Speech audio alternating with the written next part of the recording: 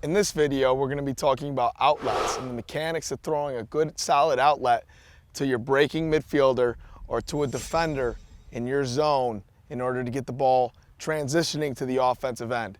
If we could throw a strong outlet and get the ball up and out of our zone right away, it will lead to more goals. So let's get started. In order to make a solid outlet, you have to have the proper mechanics to throw it. There's a nice drill that I like to do, which is called quarterback passing, that allows us to practice our mechanics on making a proper outlet. What we'll do is we'll start with the ball in our stick and a partner about 6 to 10 yards away. Drop down on both knees here. We start this drill on both knees to really work our upper body. We're still twisting our hips, but this is more for our shoulders and elbows. Getting up high and snapping the wrist down. As you can see, my wrists are pointed, my elbows are pointed. I'm snapping my wrist at the target, and my stick is ending up pointed right at my target where I'm shooting the ball. Once you do about 50 of these on both knees, then we transition into a one knee. Now my one knee up is my left knee because I'm a right-handed goaltender. So I'm stepping here, my hips are pointed towards the end line, elbows pointed at my target, snapping the wrist right to my target, straight overhand every time. Snapping the wrist each time.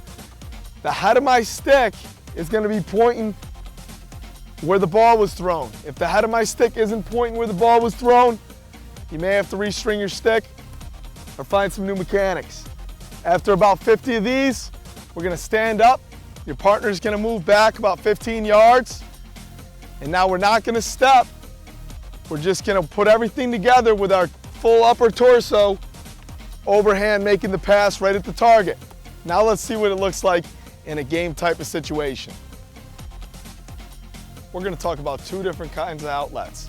One outlet is going to be to my defenseman on the right-hand side, goal line extended, and the second outlet's going to be to a midfielder breaking diagonally towards the side of the box or opposite the box side. In our first set of passes, we're going to be talking about when the defenseman breaks out GLE. How we're going to use all the mechanics we just learned in our quarterback passing drill to make that pass, that 20-yard pass, 25-yard pass out to GLE to your defenseman.